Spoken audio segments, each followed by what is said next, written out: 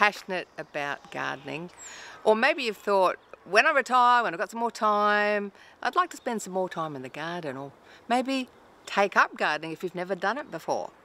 Well, today we're chatting with Perry Cho, who's absolutely passionate about producing his own produce. Hi, Perry. Good morning, Carol. Welcome to Over 50 So What? Thank you.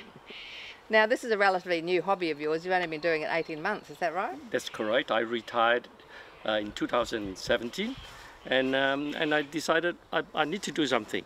And I thought, what better than growing vegetables in your own garden? So what inspired you to actually pick it up?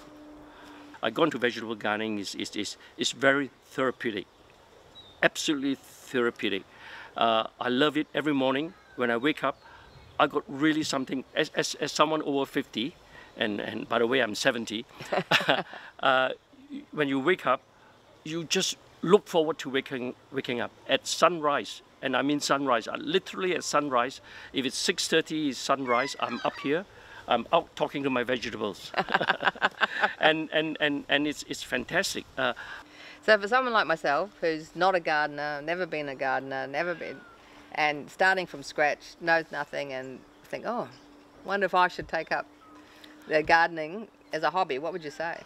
Oh, absolutely, I think you should do it. But first of all, you've got to do your background work first. You need to check with friends or on Facebook or any vegetable groups around your area and work out what's the best thing you need to do. Because I didn't do that. I just thought to myself, I want a vegetable garden, and I just went and bought seedlings and just started planting it. So it was quite an experience for me, because the first thing I did was when I went to the nursery, they said, oh, do you have a greenhouse? This is not the right time to plant tomatoes. And I thought to myself, I can do that. I mean, I don't need a greenhouse. I mean, I bought things that against the advice of the people in nursery. And I soon found out that you got to listen to experienced people, because I started growing tomatoes that never grew. I started growing carrots that were all over the place. The carrots were deformed because I bought seedlings, and I didn't listen to people that you should never buy seedlings, especially when growing carrots. You should plant the seeds rather than seedlings. There's so much to it. There's so much to growing vegetables. So how easy is it to actually do? Like if you've only got a very small area, not quite as big as your beautiful garden, what would you suggest someone do to start off small? Well, I use Biofilta Cubes. It's a wicking system where it works on capillary action for the water to go up the soil, and where the roots sort of take in the water. And it's a fantastic system, and Biofilter sells them in different sizes, two sizes. One is a 1 meter square, and the other one is half that. If you live in a flat or you know, in an apartment or smaller house, you can allocate them in your balcony. So it's a very good system, and I love it. I love it. All right. So if someone gets like one or two little pods, and then what's the most popular thing and easiest thing to grow, do you think? Well, I think the easiest thing to grow is bok choy. It's an Asian green. In good weather, you can literally harvest the vegetable in 20 to 25 days.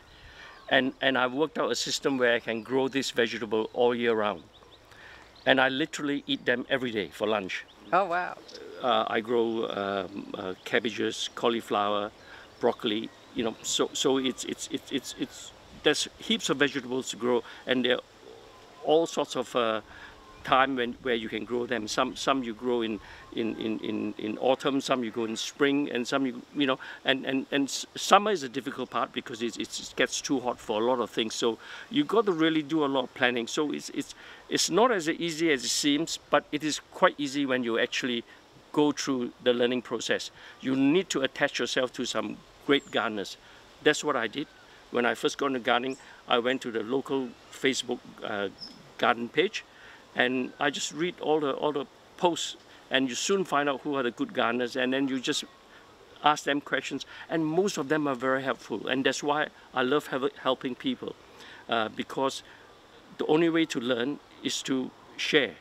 And that's one of the most important things in life, in everything you do. You got to share what you learn, because that's the only way you can learn from other people. If you share, other people will show you what to do. So you've got grandchildren too. Are they interested in the garden? Oh, yes, my word. Nothing better than for your grandchildren to come and pick your fresh vegetables.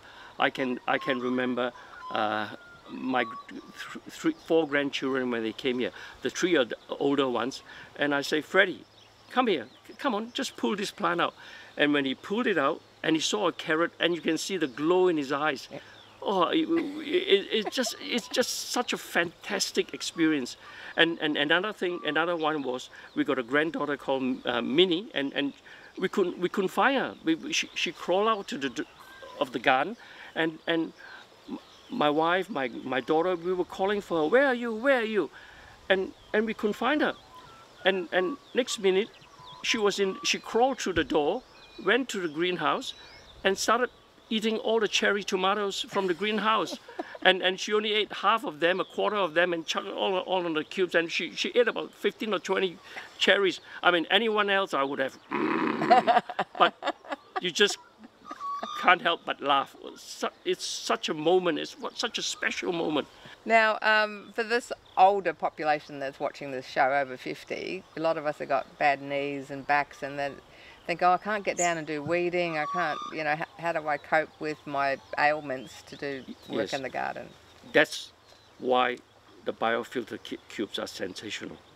They are 500 mm off the ground. And apart from that, they have accessories that you can purchase to lift it another 200 mil, so it's about 700 mil high. It's fantastic. And you can also put, you know, 4x4 cypress timber and raise the cubes to 700 as well. So there's so many options, and you can see with my cubes, I've got frames around it, and I can put nets, and I can put plastic covers on it, and I create my own microclimate. You can literally put a plastic cover over it, and you have a very exceptionally cheap greenhouse. So the cubes might be expensive, but putting plastic on it, it becomes a very exceptionally cheap greenhouse. Biofilter does sell plastic covers over it as well. So it's so flexible. It's one of the most flexible cubes, planting medium or that you can get in the market, as far as I'm concerned. And I just love it. Thanks for watching the show today. If you'd like more info on getting a support person or help with getting community services, please contact Elder Rights Advocacy. Details on our website. Or if you're interested in biofilter urban farming and how to be successful at growing your own veggies without killing everything, please head over to our website, carolohalloran.com. Please connect with us through Facebook, Insta and YouTube. Over 50, so what? Replays and fitness videos available on YouTube.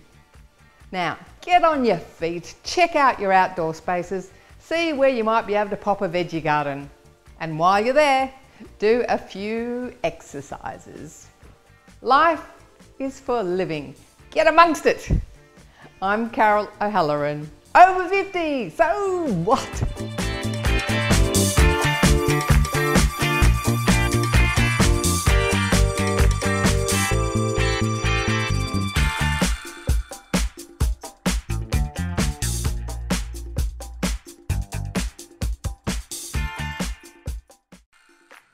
Thanks for watching our TV show. Be sure to hit subscribe and then you'll never miss an episode. Jump on Facebook, join our group, get in on the fun, fitness, wellness and inspiration. I'm Carol, over 50, so what?